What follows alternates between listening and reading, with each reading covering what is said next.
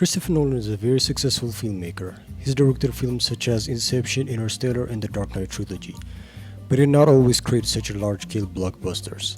He started with a small film called Following. The budget for this film is only $6,000, but it launched his career into what it is today. How did he pull this off? Well, Nolan started with the script, but not just the script. It was well written and tailored to the budget of the movie.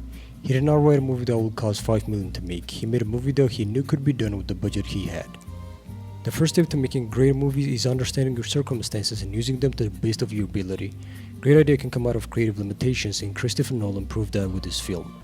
I think what Following represents is kind of the peak of what I was able to do on my own or just with friends, just using our own resources and borrowing equipment.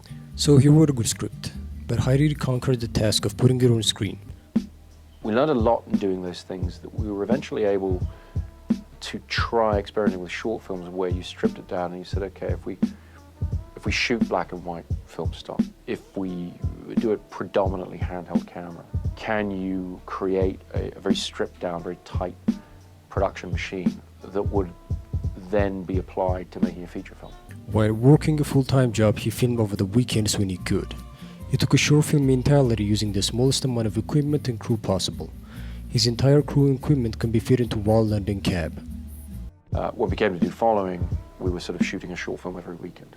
So it would be a 2-minute, 3-minute chunk of the film done every weekend, and that was the approach we took. His biggest issue is figuring out how to hide the budget through the cinematography. He chose to shoot the film almost entirely handheld, knowing that a cheap dollars to buy tripods will give the budget away, except for the first scene. The first scene of the movie has great controlled audio and was shot on a heavy-duty dolly. No, I'm a writer. Well, I want to be a writer anyway. I was gathering material for my characters. Nolan wanted to convey to his audience that cinematography did not come from ignorance.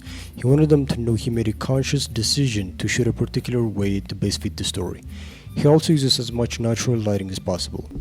And adopt a sort of documentary style. We'd look at the natural lighting, the situation we were in, and then you try and just enhance that or exaggerate that to the degree you needed to get the correct exposure as the actors move around the room.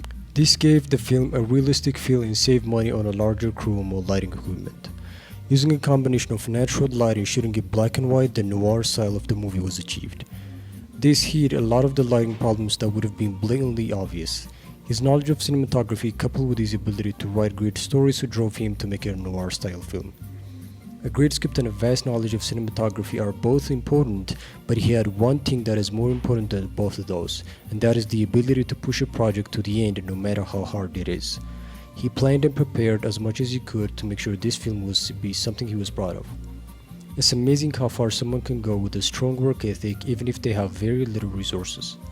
Christopher Nolan has gone on to make some of my personal favorite movies and is one of the greatest directors in Hollywood right now.